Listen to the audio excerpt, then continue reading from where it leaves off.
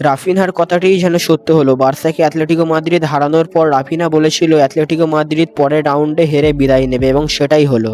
সাকার একমাত্র গোলে এবং ঘরের মাঠে অ্যাডভান্টেজে অ্যাটলেটিকো মাদ্রিদকে হারিয়ে ফাইনালে প্রবেশ করলো আর্সেনাল।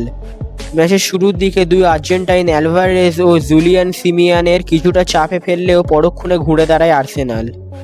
দুই দল তেমন কোনো সুযোগ তৈরি করতে না পারায় মনে হচ্ছিল আজকেও ম্যাচটি ড্র হবে। ম্যাচের শুরুর দিকে দুই দল ঝাঁপিয়ে পড়ে একে অন্যের উপর, পাশাপাশি মাঠের বাইরেও দেখা যায় দুই কোচের পাগলামি। ম্যাচে গোলের সংখ্যা কম থাকলেও উত্তেজনার সংখ্যা কিন্তু কম ছিল না। ম্যাচের 35তম মিনিটে এসে দর্শকের গর্জন বেড়ে যায়।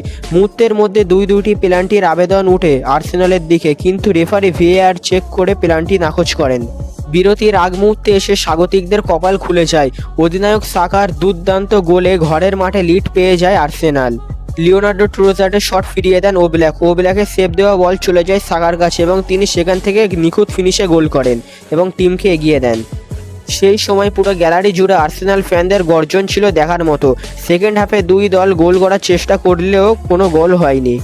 আর্সেনাল রক্ষণ বিভাগ ছিল সলিড, আর তারা যোগ্য দাবিদার হিসাবে ফাইনালে গিয়েছে। 1-0 গোলে পিছিয়ে থেকেও অ্যাথলেটিকো তেমন কোনো আক্রমণ দেখা যায়নি। আর্সেনাল বুঝিয়ে দিল বায়ার্ন বা পিএসজির জন্য শিরোপা জেতা অতটা সহজ হবে না।